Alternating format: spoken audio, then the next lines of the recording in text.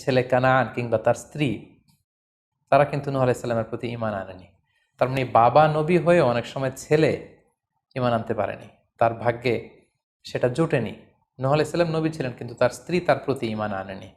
এজন্য আল্লাহ তাআলা বলছেন, ইন্নাকা লা তাহদি মান আহবাবতা ওয়ালাকিন্নাল্লাহা ইয়াহদি মান ইয়াশা।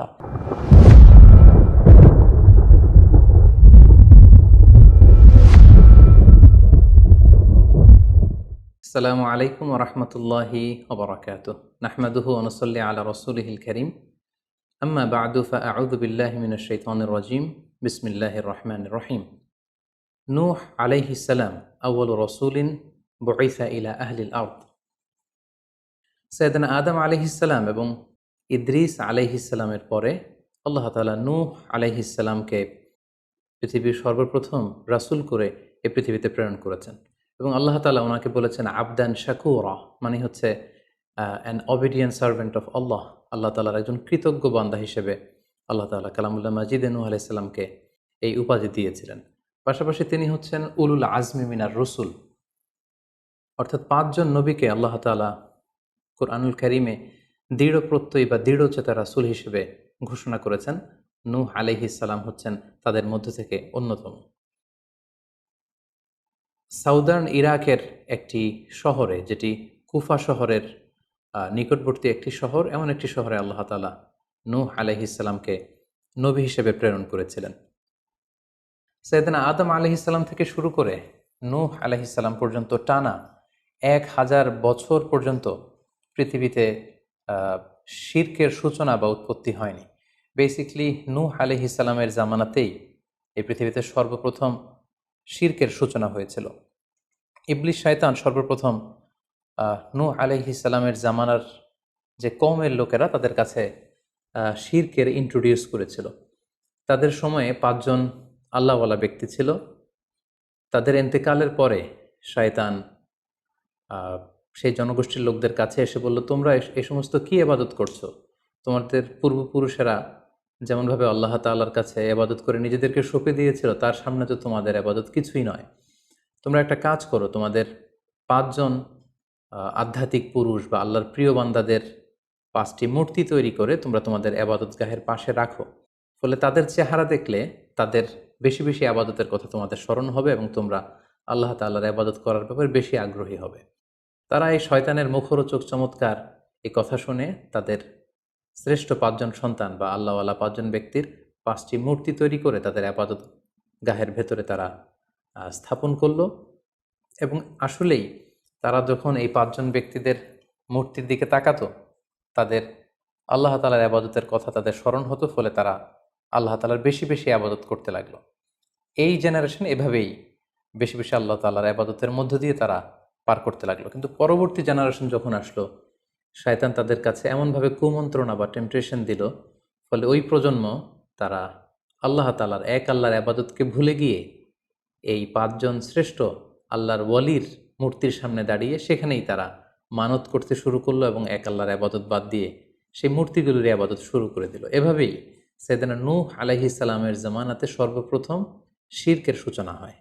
পবিত্র কালামুল্লাহ মাজিদে আল্লাহ তাআলা এই ঘটনাটি এভাবে উল্লেখ করেছেন যে নূহ আলাইহিস সালামের জামানায় যারা নেতৃত্ব স্থানীয় ছিল, তারা সাধারণ লোকদেরকে উদ্দেশ্য করে বলতো, ওয়াকালু লা তাযারুন্না আলিহাতাকুম ওয়ালা তাযারুন্না ওয়াদ্দাম ওয়ালা সুওয়াআ ওয়ালা ইয়াগুসা ওয়া ইয়াউকা ওয়া নাসরা।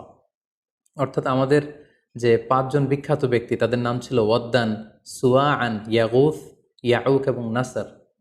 তোমরা এদের ইবাদত ছেড়ে দিও না, বরং তোমরা এদের উপাসনা করতে থাকো।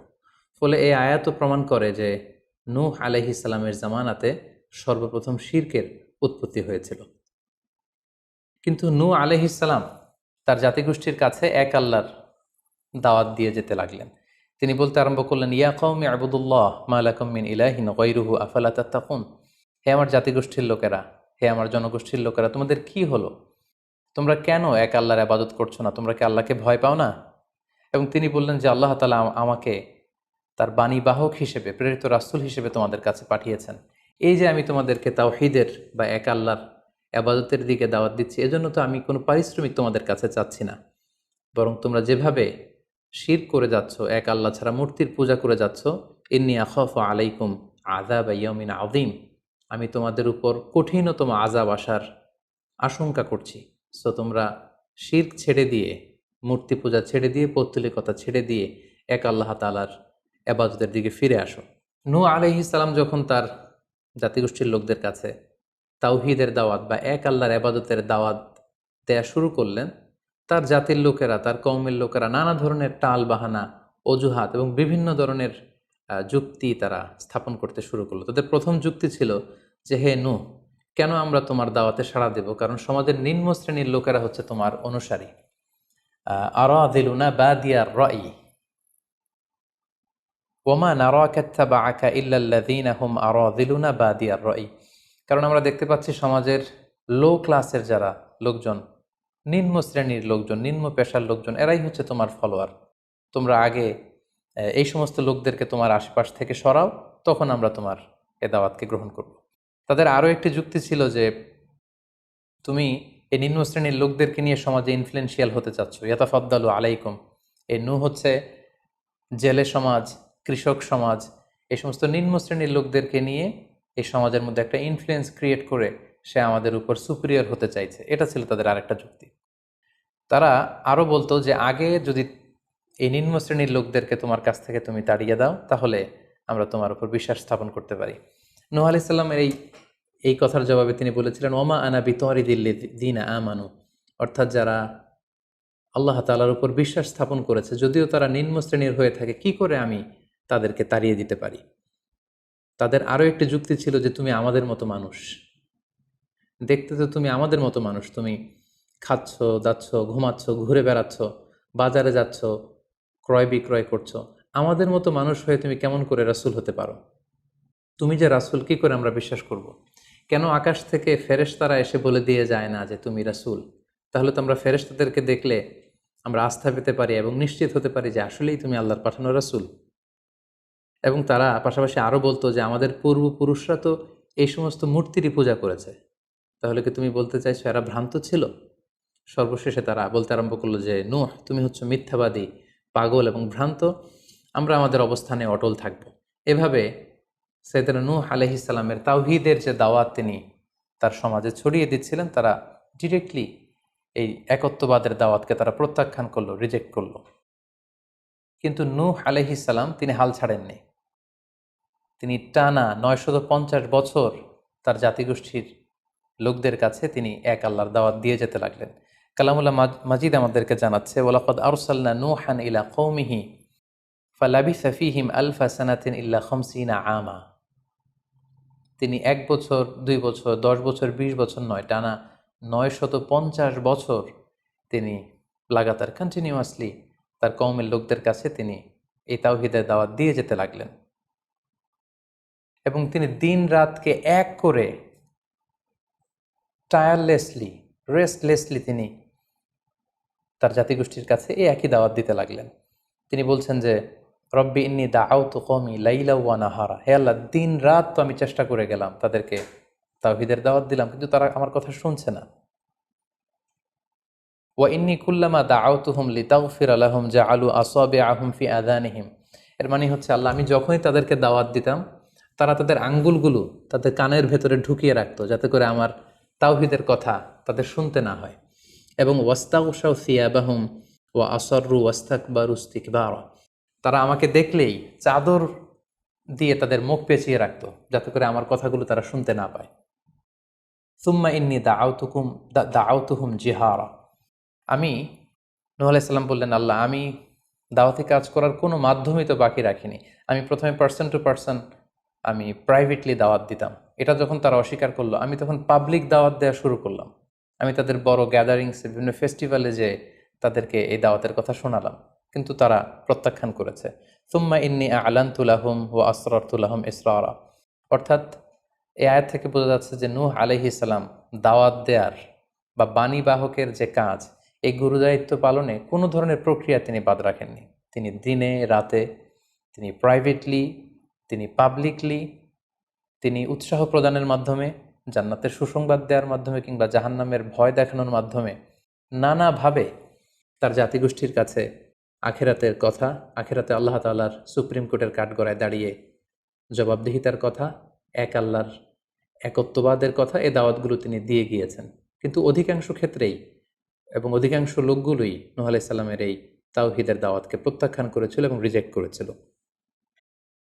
এভাবে নূহ আলাইহিস সালাম যখন দাওয়াত দিয়ে যেতে লাগলেন, তার কওমের লোকদের মধ্য থেকে ফাইনাল যে রেসপন্সটি এসেছিল সেটি হচ্ছে, ক্বালু লাইন লাম তানতাহি ইয়া নূহ লা তাকুনান্না মিনাল মারজুমিন। হে নূহ, অনেক হয়েছে, এবার তুমি থামো। তুমি যদি এই দাওয়াত দেয়া বন্ধ না করো, তাহলে আমরা তোমাকে স্টোনিং করে, পাথর মেরে, প্রস্তর নিক্ষেপ করে দুনিয়া থেকে বিদায় করে দিব। এবং তারা এও বলল যে, ক্বালু ইয়া নূহ ক্বাদ জাদালতানা ফাআকসারতা জিদালানা। অনেক হয়েছে, তুমি অনেক আর্গুমেন্ট আমাদের সাথে দিয়েছ, অনেক তর্ক বিতর্ক তোমার সাথে হয়েছে, এবার থামো। ফাআতিনা বিমা তাইদুনা ইন কুনতা মিনাস সাদিকিন। তুমি যে আযাবের ভয় দেখাচ্ছ, পারলে সেটা দেখাও। তুমি আমাদেরকে বলছো যে আমরা যদি এক আল্লাহর ইবাদত না করি, আমরা যদি পৌত্তলিকতা না ছাড়ি, তাহলে আল্লাহ তাআলা আযাব দিয়ে আমাদেরকে ধ্বংস করে দিবে। পারলে সেই ধ্বংসলীলা তুমি আমাদের সামনে নিয়ে আসো, পারলে সেই শাস্তি দেখাও, তুমি যদি সত্যবাদী হয়ে থাকো। এবার নূহ আলাইহিস সালাম তাদের এ ধরনের অ্যাটিটিউড দেখে অনেকটা হতাশ হলেন। তিনি তাদের কাছে কোনো প্রতিদান চাইছেন না, তাদের কল্যাণের জন্যই, তাদেরকে জাহান্নামের আগুন থেকে বাঁচার জন্যই তিনি 950 বছর ডেডিকেট করে দিলেন তাদের দাওয়াতি কাজে। কিন্তু তারা যখন এই দাওয়াতি কাজে সাড়া দিচ্ছে না, অবশেষে হতাশ হয়ে নূহ আলাইহিস সালাম আল্লাহকে দোয়া করলেন, আল্লাহ ফাফতাহ বাইনি ওয়া বাইনাহুম ফাতহান। আমি আর পারছি না, আপনি এবার এসপার ওসপার করে দিন, আপনি একটা ফায়সালা করে দিন। অবশেষে তিনি বদদোয়া করে বসলেন, তাদের উপর অভিশাপ দিয়ে ফেললেন, কার্ডস করে বসলেন। তিনি বললেন, রাব্বি লা তাযার আলাল আরদি মিনাল কাফিরিনা দাইয়ারা। হে আল্লাহ, আপনি এমন আযাব পাঠান, আযাব দিয়ে আপনি কাফিরদের আন্ডা বাচ্চা কাউকে আপনি অবশিষ্ট রাখবেন না। পুরো কাফির সমাজ, মুশরিক সমাজকে আপনি আযাব দিয়ে ধ্বংস করে দেন। যদি আপনি তাদেরকে বাঁচিয়ে রাখেন, তাহলে তারা বিশ্বাসীদেরকেও সংক্রামিত করবে এবং তাদের অনাগত প্রজন্ম তারা পাপাচারী হয়ে এই পৃথিবীতে তারা ফাসাদ সৃষ্টি করবে। নূহ আলাইহিস সালাম যখন এরকম বদদোয়া করলেন, আল্লাহ তাআলা নূহ আলাইহিস সালামের এই অভিশাপ বা বদদোয়াকে কবুল করলেন এবং তিনি নূহ আলাইহিস সালামকে জানিয়ে দিলেন, নূহ, তোমার কথা মতো আমি এবার এটার একটা শেষ দেখে ছাড়বো এবং আমি পৃথিবীতে আযাব পাঠাবো। সে আযাবটি হচ্ছে ভয়ঙ্কর ধরনের বন্যা হয়ে যাবে গোটা পৃথিবীতে, মহাপ্লাবন ঘটবে। সো সে প্লাবন থেকে বাঁচার জন্য ওয়াসনাইল ফুলকা বিআইউনিনা ওয়া ওয়াহিনা, অর্থাৎ হে নূহ, তুমি আমার গাইডেন্স বা আমার পাঠানো দিক নির্দেশনা অনুযায়ী তুমি বিশাল একটি নৌকা বানাও বা কিস্তি বানাও বা বিশাল একটি জলতরী বা নৌযান বানাও, যাতে করে এই মহাপ্লাবন থেকে বাঁচার জন্য তুমি বিশ্বাসীদেরকে নিয়ে এই নৌযানে, এই কিস্তিতে, জাহাজে বা এই জলতরীতে, এই নৌকাতে তোমরা আশ্রয় নিতে পারো। আল্লাহ তাআলার পক্ষ থেকে এই আদেশ যখন আসলো, সাইয়েদনা নূহ আলাইহিস সালাম বিশ্বাসীদেরকে নিয়ে বিশাল এক জলতরী বা নৌকা বা বিশাল এক জাহাজ তিনি তৈরি করলেন। নূহ আলাইহিস সালামের কওমের মুশরিক লোকেরা যখন এই জাহাজ বা নৌকা বানাতে দেখলো, তারা হাসাহাসি শুরু করে দিল। কোরআন বলছে, ওয়া কুল্লামা মাররা আলাইহি মালাউম মিন কওমিহি সাখিরু মিন। তারা যখনই নৌকা বানানো, এই কিস্তি বানানো, এই বিশাল জলতরী বানাতে দেখলো, তারা ঠাট্টা বিদ্রুপ করলো। তারা বলল, নূহ, এই মরুভূমির মাঝখানে কোথায় তুমি এই নৌকা চড়াবে? তোমরা যেহেতু নৌকা বানাচ্ছ, পারলে একটা সাগরও বানিয়ে নাও, যাতে করে তোমাদের এই নৌকাকে, এই জাহাজকে তোমরা ভাসাতে পারো। সাইয়েদনা নূহ আলাইহিস সালাম এবং বিশ্বাসীরা আল্লাহ তাআলার উপর অটল থেকে আল্লাহ তাআলার দেয়া দিক নির্দেশনা অনুযায়ী তারা বিশাল নৌকা তৈরি করে ফেললেন।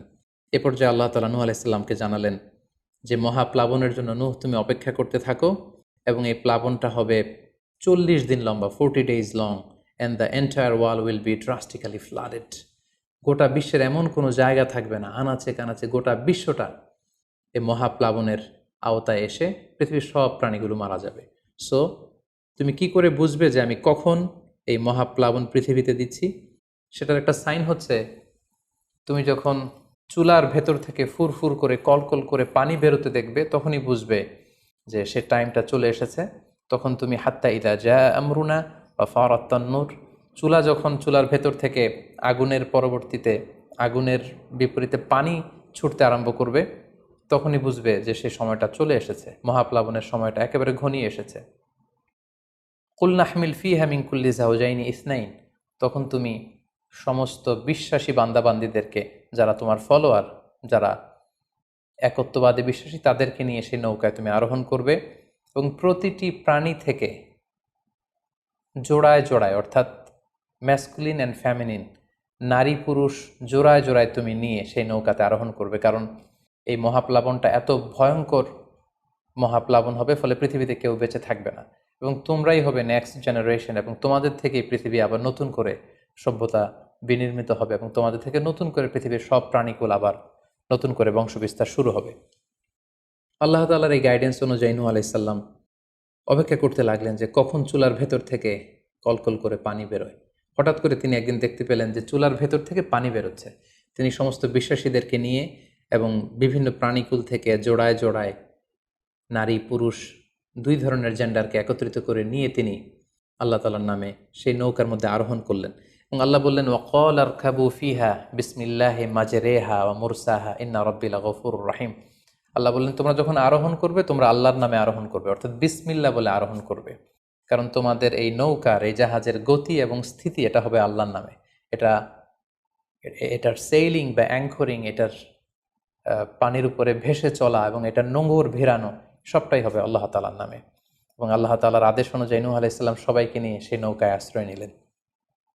কোরআন আমাদেরকে জানাচ্ছে, ওহিয়া তাজরি বিহিম ফি মাউজিন কাল জিবাল, গোটা বিশ্বব্যাপী এমন ভয়ঙ্করভাবে আকাশ থেকে ঝুম বৃষ্টি নাজিল হলো, জমিন তার ভেতরে থাকা পানিগুলোকে উপরে উদ্গীরণ করে দিতে লাগলো, উপর থেকে পানি নিচ থেকে পানি, ফলে গোটা বিশ্বে এক মহাপ্লাবনের পরিস্থিতি তৈরি হলো। এবং সেই ভয়ঙ্কর প্লাবনের মধ্যে, সেই ঝড় ঝাপটার মধ্যে, সেই পানির মধ্যে নূহ আলাইহিস সালামের সেই কিস্তি বা সেই জলতরী বা সেই নৌকা ভাসতে লাগলো। কোরআন বলছে যে ফি মাউজিন কাল জিবাল, বিশাল পাহাড় সম ঢেউয়ের মধ্যে নূহ আলাইহিস সালামের তরী আল্লাহর নামে ভাসতে আরম্ভ করলো এবং আল্লাহর নামে নূহ আলাইহিস সালাম সেই তরী ভাসিয়ে দিলেন। মহাপ্লাবনের ঠিক কিছু আগে নূহ আলাইহিস সালাম ওনার ছেলে কানাআনকে আহ্বান করলেন যে, কানাআন, তুমি এই নৌকার মধ্যে আরোহণ করো। আমরা ইতিহাস থেকে আমরা জেনেছি যে নূহ আলাইহিস সালামের 4 জন সন্তান ছিল, হাম, সাম, ইয়াফাস, কানাআন। এই 4 জন সন্তানের মধ্যে 3 জন ঈমান এনেছিল, শুধু কানাআন ছাড়া। নূহ আলাইহিস সালাম কানাআনকে বললেন, কানাআন ইয়া বুনাইয়া ইরকাব মাআনা, হে আমার প্রিয় সন্তান, তুমি নৌকায় ওঠো, আল্লাহর কাছে তওবা করো। কিন্তু কানাআন নূহ আলাইহিস সালামের এই আহ্বানের প্রত্যুত্তরে তিনি বলেছিলেন, আমি নৌকায় উঠবো না, সাআওয়ি ইলা জাবালিন ইয়াসিমুনি মিনাল মা, আমি পাহাড়ের চূড়ায় যেয়ে দাঁড়াবো, পাহাড় আমাকে পানি থেকে বাঁচাবে, কারণ এই বন্যার পানি তো পাহাড় পর্যন্ত পৌঁছতে পারবে না। নূহ আলাইহিস সালাম বললেন, ক্বালা লা আসিমাল ইয়াউমা মিন আমরিল্লাহ ইল্লা মার রাহিম, হে কানাআন, আজকে আল্লাহর এই গজব থেকে, এই আযাব থেকে, এই মহাপ্লাবন থেকে বাঁচানোর কেউ নাই, কেউ তোমাকে বাঁচাতে পারবে না। পাহাড় তোমাকে আজকে সুরক্ষা দিতে পারবে না, বাঁচাতে পারবে না, আজকে বাঁচানোর কেউ নেই, তুমি তাড়াতাড়ি উঠে আসো এখানে। কিন্তু নূহ আলাইহিস সালামের ছেলে কানাআন অস্বীকৃতি জ্ঞাপন করলো। কোরআন বলছে, ওয়াহালা বাইনাহুমাল মাউজু ফাকানা মিনাল মুগরাকিন, বাবা আর ছেলের মধ্যে যখন এ ধরনের কথা চলছিল, হঠাৎ করে বিশাল এক সাগরের ঢেউয়ের ধাক্কা এসে নূহ আলাইহিস সালামের সন্তান কানাআনকে পানির মধ্যে ডুবিয়ে দিল। তাহলে এই আয়াত থেকে বুঝলাম কানাআন যারা ডুবে গিয়েছিল তাদের অন্তর্ভুক্ত হয়েছিল। এবং মজার ব্যাপার হচ্ছে, নূহ আলাইহিস সালামের স্ত্রীও এই মহাপ্লাবন থেকে বাঁচতে পারেনি। সেও ঈমান না আনার কারণে যারা ধ্বংস হয়েছিল, যাদের সলিল সমাধি হয়েছিল মহাপ্লাবনের পানির মধ্যে, নূহ আলাইহিস সালামের স্ত্রীও সেখানে নিহত হয়েছেন। এখন একটি প্রশ্ন এসে দাঁড়ায়, সেটি হচ্ছে যে এটা কি একটা গ্লোবাল ডিজাস্টার ছিল কিনা? এটা কি ইরাকের সেই সাউদার্ন পার্টেই শুধু এই বন্যাটা হয়েছিল, না গোটা বিশ্বব্যাপী হয়েছিল? এ নিয়ে ঐতিহাসিকদের মধ্যে অনেক ধরনের মতামত পাওয়া যায়। তবে একটা বড় সংখ্যক ঐতিহাসিক মুআররিখুন তারা বলেছেন যে ইট ওয়াজ এ গ্লোবাল ডিজাস্টার। এই ফ্লাড, এই বন্যাটা ছিল গোটা বিশ্বব্যাপী। কারণ আল্লাহ তাআলা কোরআনে বলেছেন, নূহ আলাইহিস সালামের বদদুয়ার কথা বলেছেন। নূহ আলাইহিস সালাম বলেছেন যে, রব্বি লা তাযার আলাল আরদি মিনাল কাফিরিনা দাইয়ারা, হে আল্লাহ, এই জমিনে একজন কাফিরকেও আপনি বাঁচিয়ে রাখবেন না। সো এই আর্থ শব্দটা প্রমাণ করে তিনি গোটা বিশ্বের দিকে ইঙ্গিত করেছেন। এবং আল্লাহ যখন জমিনকে ইঙ্গিত করেছেন, ইয়া আরদুবলাই, হে পানি তুমি নিচের দিকে চলে যাও, ফলে এই আর্থ দ্বারা বোঝা যাচ্ছে যে শুধু ইরাকের সেই সাউদার্ন ইরাকের কুফা শহরের পাশেই এই বন্যাটা লিমিটেড বা সীমিত ছিল না, বরং এই ডিজাস্টারটা ছিল একটা গ্লোবাল ডিজাস্টার। গোটা বিশ্বব্যাপী মহাপ্লাবনের পানিতে গোটা বিশ্বের সব সয়লাভ হয়ে গিয়েছিল। 40 দিন এই বন্যাটা কন্টিনিউ করেছে এবং 40 দিনের এই সময়ে মহাপ্লাবনে যত কাফির মুশরিক এবং নূহ আলাইহিস সালামের সময়কালের যত মুশরিক এবং অবাধ্য লোকেরা ছিল সবাইকে আল্লাহ তাআলা এই বন্যার মাধ্যমে ধ্বংস করেছেন। 40 দিন পর আল্লাহ তাআলা আদেশ করলেন, ইয়া আরদু বুলাঈ মাআকি ওয়া ইয়া সামাউ আকলিঈ, অর্থাৎ হে আকাশ তুমি বৃষ্টি বর্ষণ করা এবার স্টপ করো, এবার বন্ধ করো। এবং জমিনকে বললেন, জমিন তুমি যে মাটির ভেতর থেকে পানি বের করছিলে, এই পানি বের করা বন্ধ করে তুমি ভূপৃষ্ঠের উপরে থাকা পানিগুলোকে গিলে ফেলো। ওয়াগীদাল মা, ফলে আল্লাহ তাআলার আদেশের সাথে সাথে পানি বর্ষণ এবং পানি জমিনের ভেতর থেকে বের হয় এটা বন্ধ হলো। ওয়াস্তাওয়াত আলাল জুদি, নূহ আলাইহিস সালামের এই বিশাল জলতরী বা কিস্তি বা নৌকা জুদি পাহাড়ে যেয়ে থামল। জুদি পাহাড়ে এই তরীর নোঙর ভিড়ল। এখন জুদি পাহাড়টা কোথায়? কিছু কিছু ঐতিহাসিকরা বলেছেন যে ইরাকের মোসেল শহরে একটি বিশাল মাউন্টেন রেঞ্জ রয়েছে, সেই পাহাড়ের একটা অংশের নাম হচ্ছে জুদি পাহাড়। কোনো কোনো ঐতিহাসিকগণ বলেছেন এই জুদি পাহাড়টি আর্মেনিয়াতে অবস্থিত। অনেক ঐতিহাসিকগণ মত প্রকাশ করেছেন যে এটি ইরাকেও নয়, এটি আর্মেনিয়াতেও নয়, বরং এটি তুরস্কের একটি পাহাড়। এবং তারা বিশাল বড় একটি নৌকার খণ্ড দিয়ে ঐতিহাসিকভাবে অনেকেই প্রমাণ করতে চেয়েছেন যে নূহ আলাইহিস সালামের সেই কিস্তির কিছু অংশ আজও সেই পাহাড়ের মধ্যে রয়ে গিয়েছে।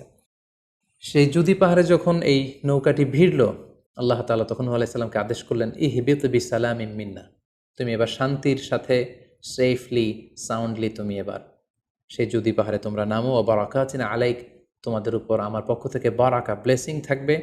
ও আলা উম্মামিম মিম্মান মাআক, এবং তোমার সাথে যারাই আছে সবার জন্য আমার পক্ষ থেকে ব্লেসিং থাকবে। এবং এই বিশাল মহাপ্লাবন থেকে যে আমি তোমাদেরকে বাঁচিয়ে দিয়েছি, শুকরিয়া স্বরূপ তোমরা সবাই পড়ো আলহামদুলিল্লাহ। ফাকুলিল হামদুলিল্লাহ।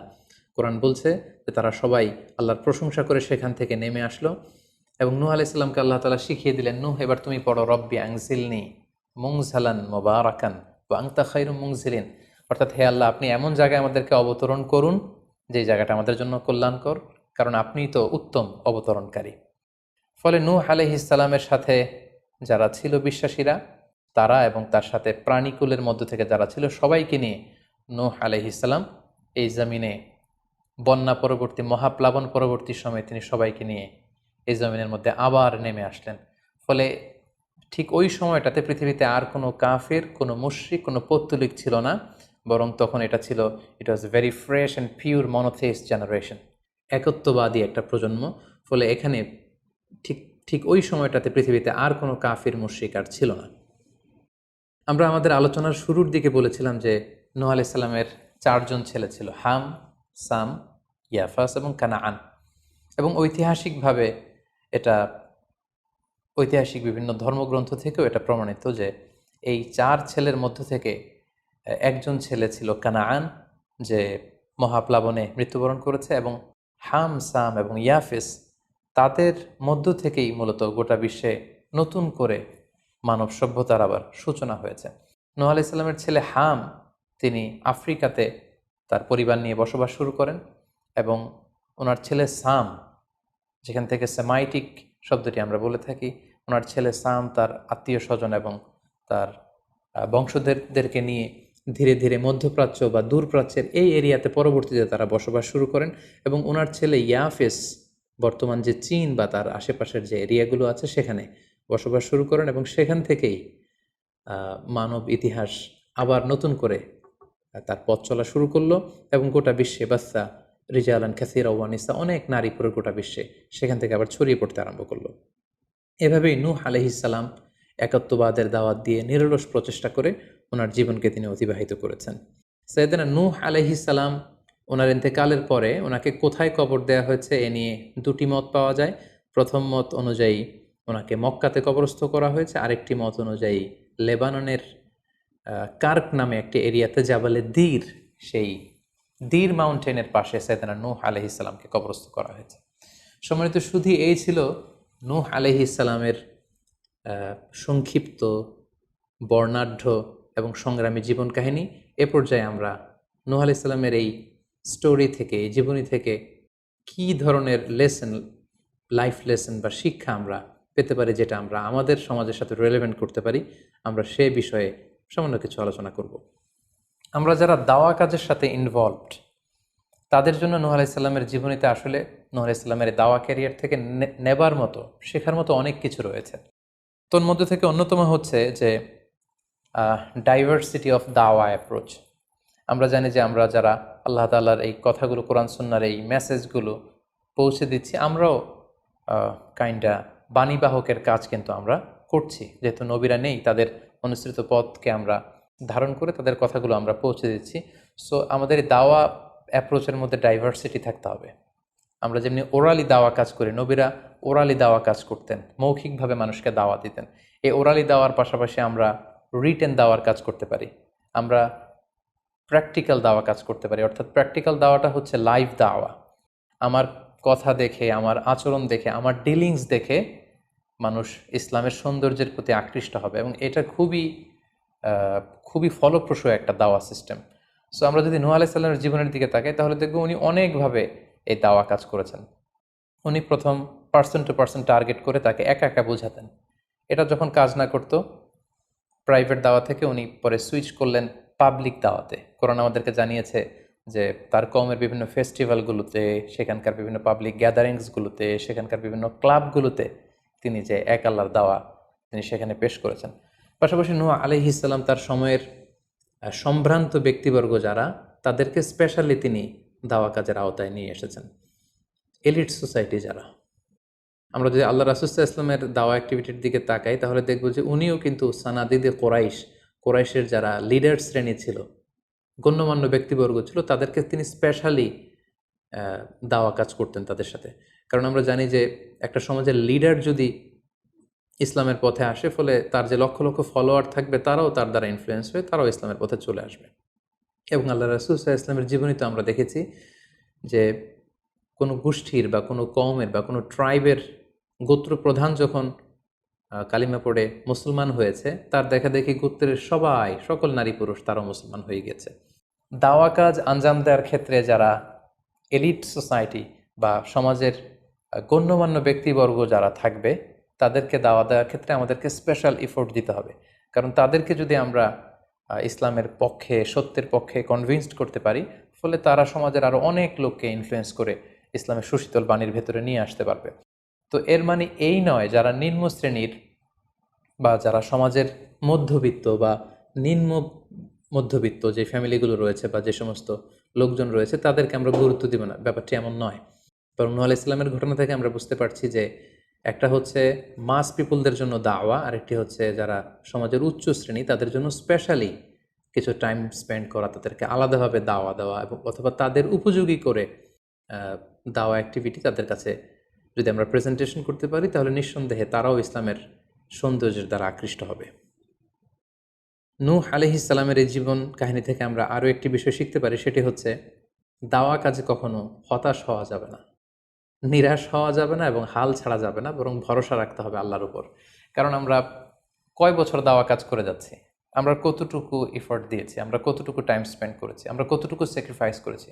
আমরা যদি নূহ আলাইহিস সালামের জীবনের দিকে তাকাই, তাহলে দেখব যে তিনি টানা 950 বছর টানা লাগাতার তিনি তার জাতিগোষ্ঠীর কাছে দাওয়াতি কাজ করেছেন, কিন্তু তিনি নিরাশ হননি, হতাশ হননি, হাল ছেড়ে দেননি, তিনি ভরসা রেখেছিলেন আল্লাহ তাআলার উপর।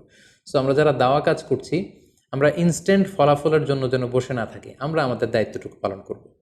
নূহ আলাইহিস সালামের এই স্টোরি থেকে আমরা আরও একটি বিষয় শিখতে পারি, সেটা হচ্ছে আমাদের কাজ হচ্ছে ইফোর্ট দেয়া, বাট এটার কমপ্লিশন, এটার রেজাল্ট আসবে আল্লাহ তাআলার পক্ষ থেকে। আরবিতে বলা হয় যে আস-সা'য়ু মিন্না ওয়াল ইতমামু মিনাল্লাহ, প্রচেষ্টা করার মালিক আমরা, সফলতা দেওয়ার মালিক হচ্ছেন আল্লাহ। আমি অনেক দাওয়াতি কাজ করছি, কিন্তু আমার দাওয়াতি কাজে কেউ সাড়া দিচ্ছে না, কেউ রেসপন্স করছে না, আমার দাওয়াতি কাজে কেউ ইসলামের প্রতি আকৃষ্ট হচ্ছে না, ইট ডাজন্ট মিন দ্যাট আমি একজন ব্যর্থ দায়ী, না, এটা কখনোই না। বরং আমি সিনসিয়ারিটির সাথে আমার সর্বোচ্চ প্রচেষ্টাটুকুন আমি করছি কিনা, সেটাই হচ্ছে দেখার বিষয়। আমার কত ফলোয়ার, আমার ডাকে কত মানুষ সাড়া দিল, এটা দেখার বিষয় না, বরং আমি আমার রোলটা প্লে করতে পারছি কিনা সিনসিয়ারিটির সাথে, এটা হচ্ছে দেখার বিষয়। এর কারণ হচ্ছে আল্লাহর হাবিব সাল্লাল্লাহু আলাইহি ওয়াসাল্লাম বলেছেন, কিয়ামতের দিন অনেক নবী দাঁড়াবে যাদের ফলোয়ার হচ্ছে হাতে গোনা অল্প কয়েকজন, মানে অল্প কয়েকজন ঈমান এনেছিল। পৃথিবীতে অনেক নবী ছিল, তারা কিয়ামতের দিন দাঁড়াবে, তার বিশ্বাসী উম্মতের সংখ্যা হচ্ছে মাত্র 2 জন। পৃথিবীতে এরকম অনেক নবী ছিল, কিয়ামতের দিন তিনি দাঁড়াবেন, তার উপর বিশ্বাস এনেছিল মাত্র একজন, মানে নবীও একজন, তার প্রতি ঈমানও এনেছে মাত্র একজন। এমনও অনেক নবী কিয়ামতের দিন আল্লাহ তাআলার দরবারে দাঁড়াবে যেই নবীর কোনো ফলোয়ার নাই, যেই নবীর কোনো বিশ্বাসী উম্মত নাই, অর্থাৎ নবী শুধু একা, তার সারা জীবনের দাওয়া কাজে কেউ তার ডাকে সাড়া দেয়নি। তার মানে কি তিনি ব্যর্থ? নেভার, কখনো না। তিনি তার দায়িত্বটুকুন পালন করেছেন, এজন্য তিনি আল্লাহ তাআলার দরবারে তিনি সফল। সো কে আপনার ডাকে সাড়া দিবে, কে ইসলামের পথে আসবে, এটা আমাদের দেখার বিষয় না। আমাদের দেখার বিষয় হচ্ছে আমরা আমাদের দায়িত্বটুকুন পালন করেছি কিনা, আমরা কোরআনের, ইসলামের সুন্দর বিউটিফুল মেসেজগুলো আমরা পৌঁছে দিতে পেরেছি কিনা।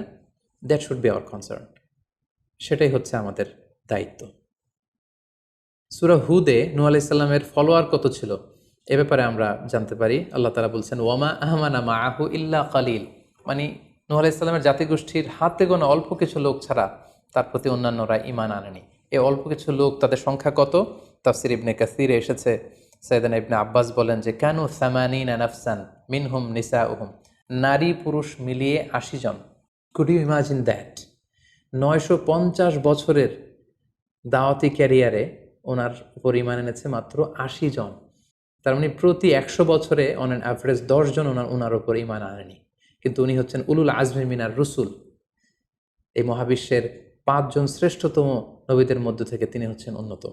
সো আমাদেরকে দেখতে হবে আমরা আমাদের দায়িত্বটুকুন পালন করছি কিনা, কতজন আমাদের ডাকে সাড়া দিল, কতজন আমাদের ফলোয়ার হলো, কতজন ইসলামের পথে আসলো কে আসলো না, সেটা আল্লাহ তাআলা নির্ধারণ করবেন।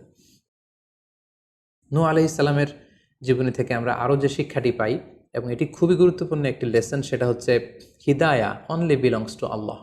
হেদায়েত দেওয়ার মালিক হচ্ছেন Allah. Canaan and the wife of Nuh for example, যেমন নূহ আলাইহিস সালামের ছেলে কানাআন কিংবা তার স্ত্রী, তারা কিন্তু নূহ আলাইহিস সালামের প্রতি ঈমান আনেনি। তার মানে বাবা নবী হয়ে অনেক সময় ছেলে ঈমান আনতে পারেনি, তার ভাগ্যে সেটা জোটেনি। নূহ আলাইহিস সালাম নবী ছিলেন, কিন্তু তার স্ত্রী তার প্রতি ঈমান আনেনি।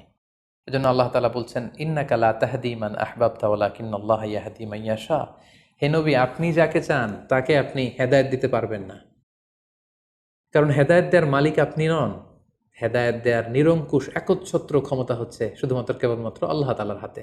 তিনি যাকে চাইবেন তাকে তিনি হেদায়েত দেন, আমরা চাইলেই কাউকে হেদায়েত দিতে পারবো না।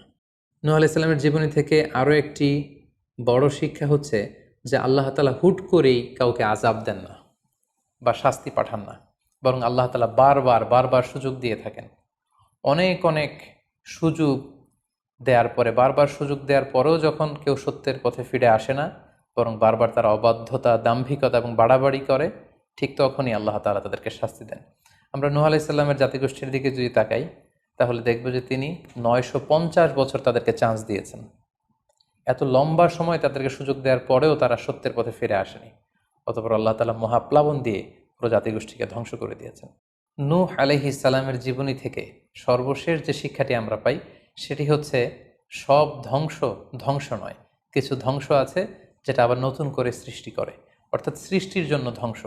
আমরা যদি দেখি যে আল্লাহ তাআলা এমন এক গজব পাঠালেন, এমন এক পানিশমেন্ট দিলেন, এমন এক মহাপ্লাবন দিলেন, যেটা দিয়ে গোটা পৃথিবীবাসীকে তিনি ধ্বংস করেছেন, অল্প কিছু মানুষ ছাড়া। কিন্তু আমরা যদি অন্য দিক থেকে খেয়াল করি, তাহলে দেখব যে এই ধ্বংসটি ধ্বংসের জন্য নয়, এই ধ্বংসটি ছিল নতুন করে সৃষ্টির জন্য। আমরা দেখি যে অনেক এলাকাতে অগ্নিকাণ্ড ঘটে, সেখানে হয়তো বেড়ার ঘর ছিল, টিনের ঘর ছিল, তো অগ্নিকাণ্ড ঘটার পরে সেখানে বিশাল করে বিল্ডিং তৈরি হয়। তার মানে সব ধ্বংসের জন্য নয়, কিছু ধ্বংস আছে সৃষ্টির জন্য।